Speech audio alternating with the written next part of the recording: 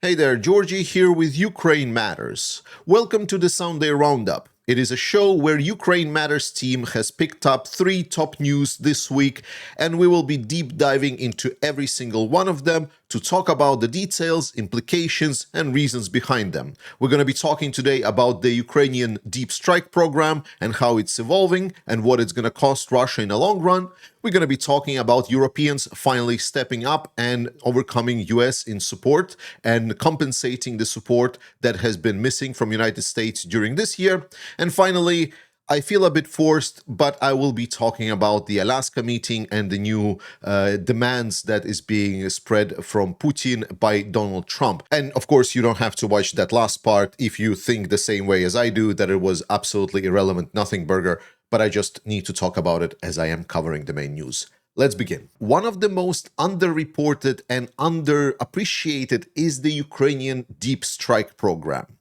They have been doing an incredible job, but reporting on it is very hard as it gets extremely repetitive, as basically it boils down to Ukraine struck something inside of Russia.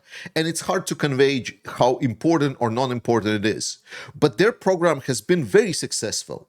Just in the last couple of weeks, they struck oil facility in Bryansk region, they struck oil refinery in Syzran, they struck oil refinery in Krasnodar region, they've struck oil refinery in Volgograd region, they've struck Saratov oil refinery, they've struck Sochi oil depot, they've struck oil refinery in Samara region, and most importantly, there's been also now strikes reported that Ukrainians targeted facilities over 2,000 kilometers, which is, I believe, 1,300 miles. Feel free to report the correct calculations in the comment section down below. But this is massive. In no galaxy, in no parallel universe, Russia was expecting that their war on Ukraine, the country that they had surrounded from basically all sides, that they've entered into and thought that they will just rush and capture B and it will be a big success. It didn't happen.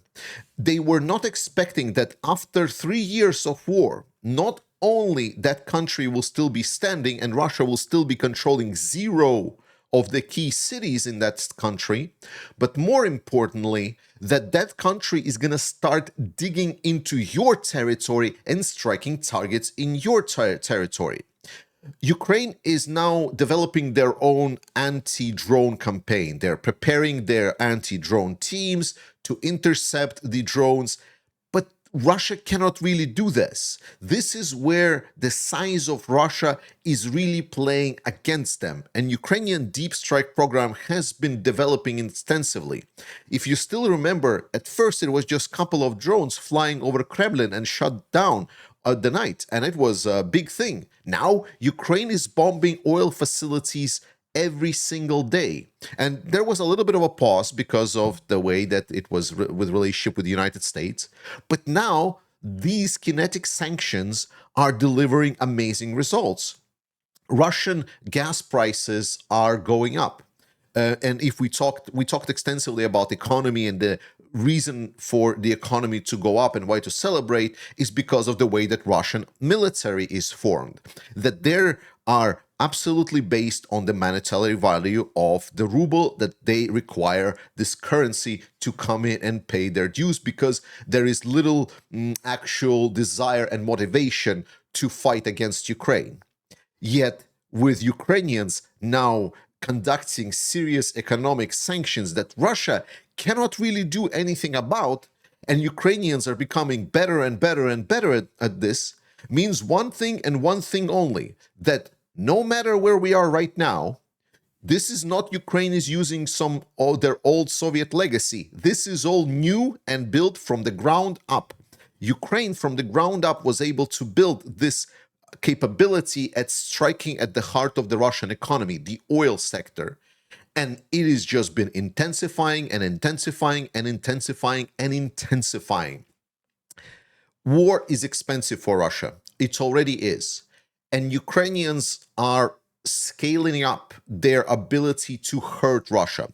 Right now, estimates are that Ukraine is additionally costing Russia something around 18% for their oil refineries that is being taken offline. And this number will go up. This number will definitely be expanded as Ukrainians develop more and more capabilities at striking targets inside Russia. And this is where, as we're going to talk later on, where US has no say. And this is fully developed and executed by Ukraine. And Russia cannot do anything about this because it's their ultimate weakness, something that they just cannot overcome, their size and inability to control all of that size with limited resources that Russia is already sending to the front lines. And an interesting calculation beyond that was made with regards to how much resources Russia actually can use with regards to manpower. And someone was estimated that the actual battle-capable amount of forces that Russia can mobilize to fight is something around 13 million. That is not the same as 160 million, is it? And it's definitely not all the good mobilization force, and it's definitely not the force that will not escape. But it's a separately different topic that we potentially will cover at some point. But Ukrainian deep strikes, developed by Ukraine, executed by Ukraine, and is costing Russia dearly, and it's going to get only worse. Then midweek, we talked about the Czech Initiative of supplying Ukraine with ammunition, and that it already delivered this year over 1 million large caliber rounds to Ukrainian armed forces.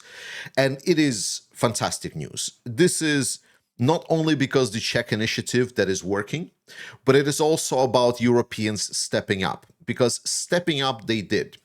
I explained very carefully at the start of this war that everything and long-term fighting for Ukraine is going to be based on how Ukraine can resist Russia and how the attritional warfare will play out. Which country is going to have more production output, more ability to produce, and long-term, this is what's going to define if you want the victor. And a big question was always, will the Europeans step up? And this is the question that has been very thoroughly answered this year.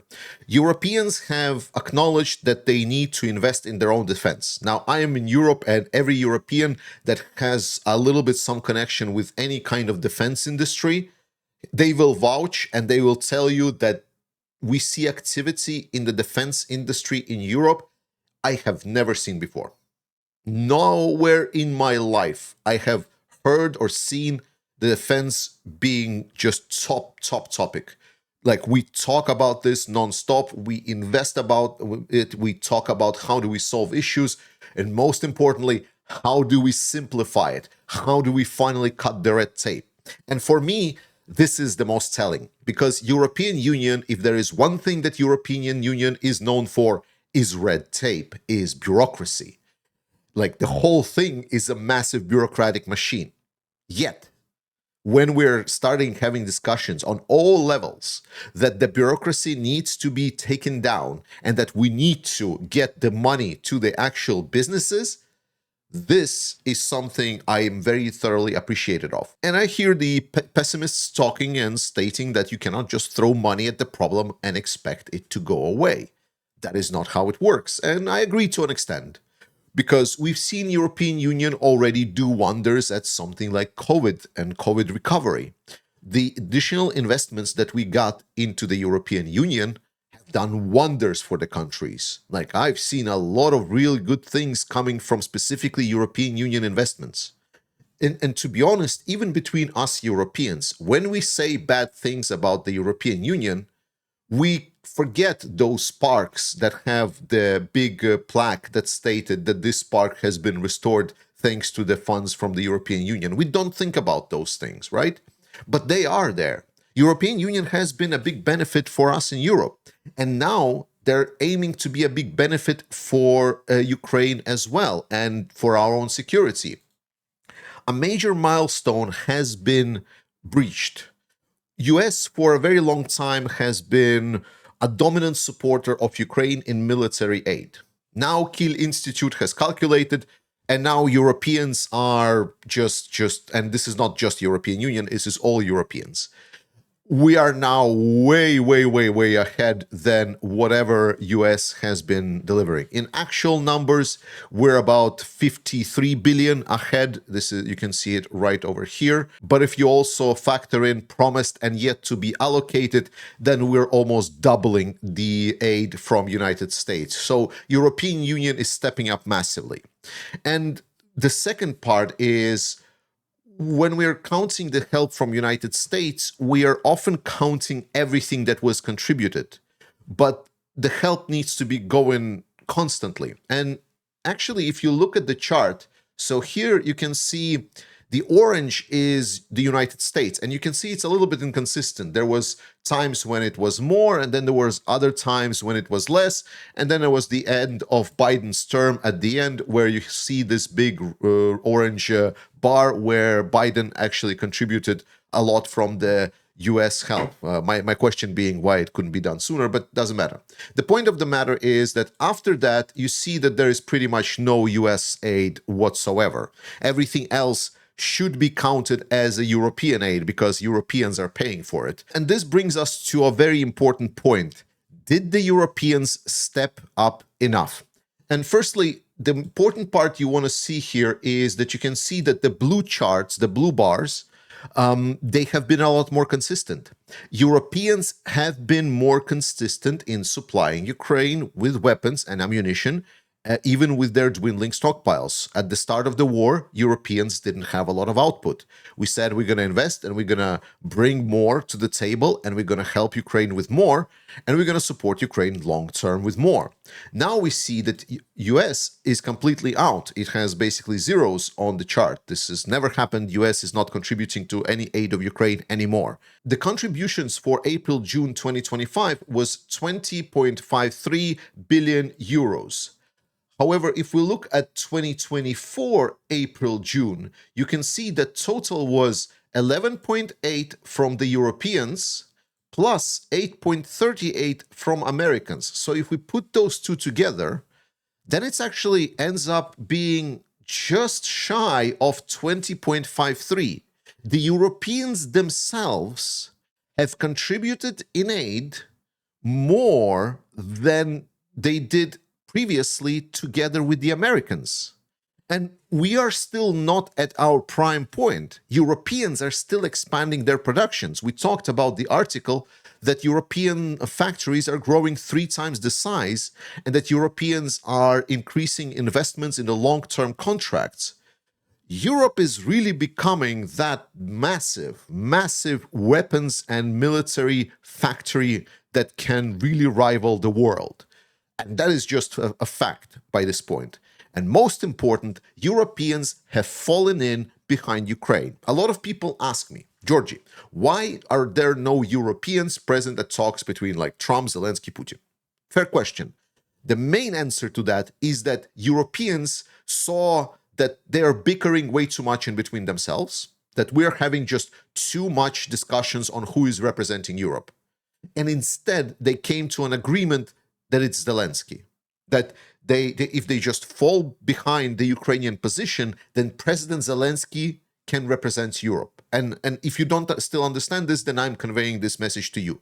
The reason you don't see Europeans is because we are fully behind the message and the requirements that Ukrainians are taking. That means the whole firepowers, the everything stepping up, the additional investments, the help, the support more than they did before with the help of United States, everything, purchasing weapons from United States, investing in our own defense, investing in Ukraine, which is fantastic.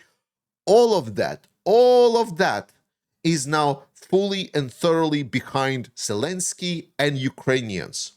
So if we will see that Ukrainians will solve their manpower issue and the issues of their military that I talked to extensively about this week, then the resources will be there.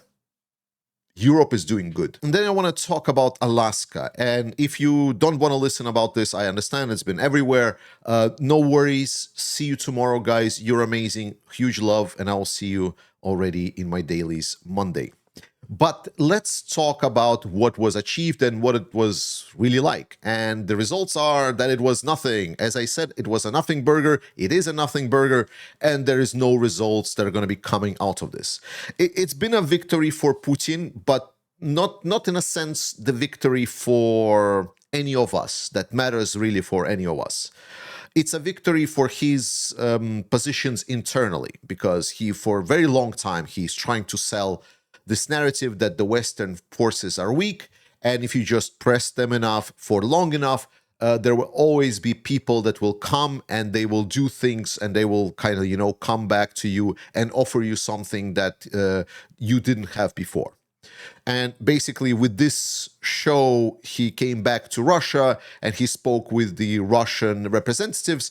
And he stated basically the following, that yes, now you can see that United States is willing to already negotiate with us. We are almost getting whatever we want. So just continue trusting in me.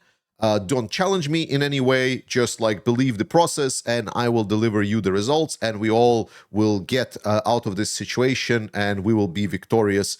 Slava Putin, Slava dictator. Yes, this is the message that he has for internal audience. That is the only winner for this whole thing. Everything else, a lot of the panic spreaders, a lot of the people stating that Trump is going to repeat the messages from Putin, that is going to be true, but like we've seen Trump does this before. It is possible to convince him otherwise, maybe. Remember, best case scenario in my mind is not that Trump is going to put some kind of sanctions on Russia. This is a dream scenario in my perspective. The main scenario is like just Trump and his administration just moves on with something else and just allows selling the weapons to Ukraine and purchased by Europeans. I think that's the best case scenario.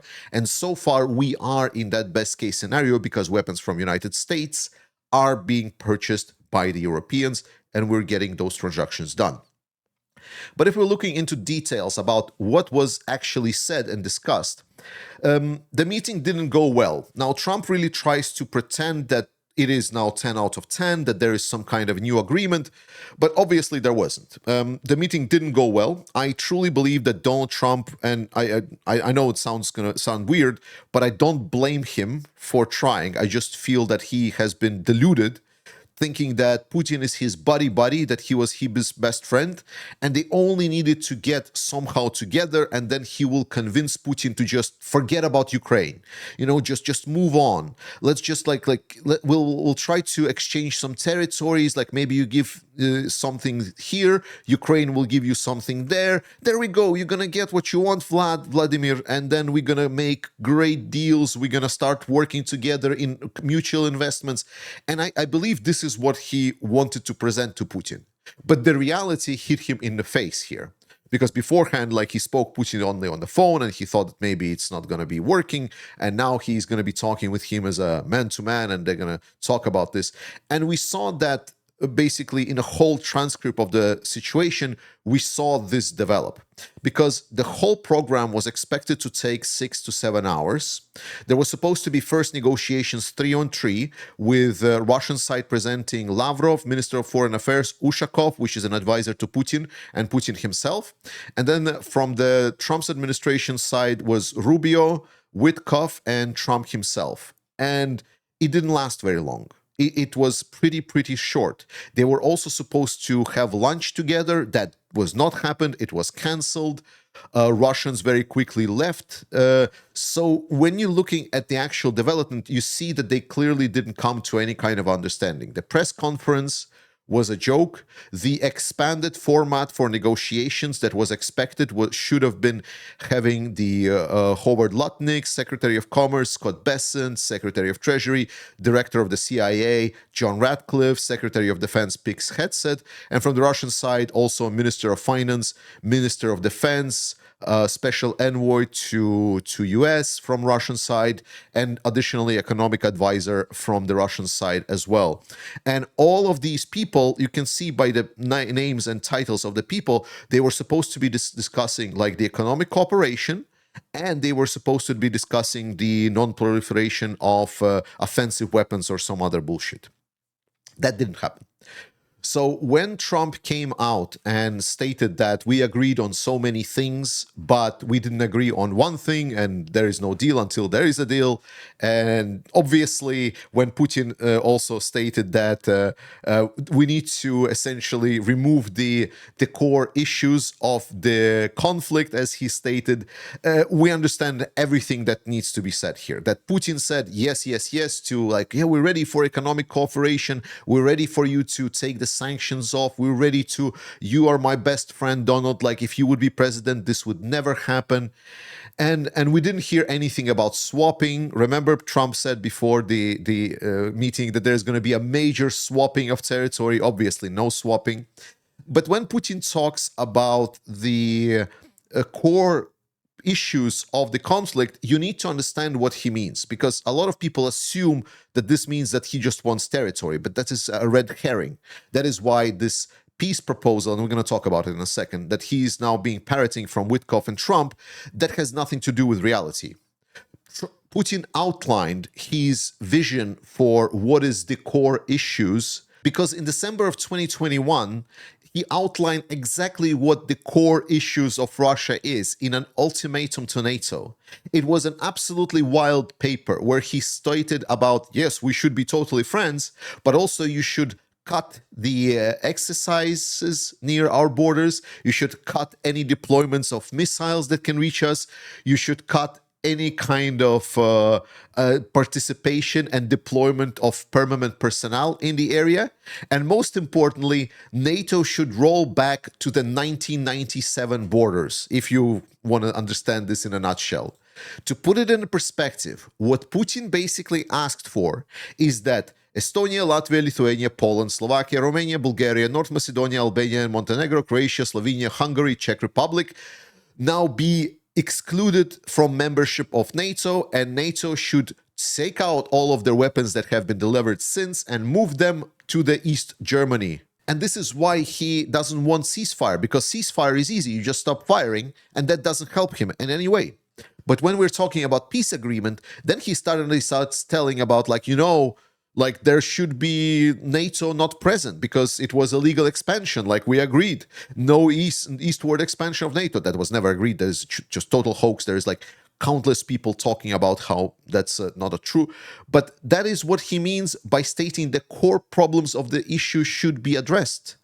So when he states that there should be some kind of a agreement and activity before the peace proposal starts being negotiated, of Ukraine withdrawing from Donetsk, and then the front line frozen on Kherson, Zaporizhia region, Ukraine is not going to be part of NATO, yada, yada, yada. That is all absolute nonsense. Like, this is absolute nonsense that no one is taking seriously in Ukraine and no one is taking seriously in Europe. There's only like two people in the United States that are taking this seriously: Trump and Steve Witkoff. Trump because he wants to present that he wasn't humiliated in this meeting, and Steve Witkoff because he is a fuckboy. But the truth of the matter is that Ukraine will never cede anything to Russia, and Ukraine is not even close in a position where Russia thinks Ukraine is. Russia is a pretend state.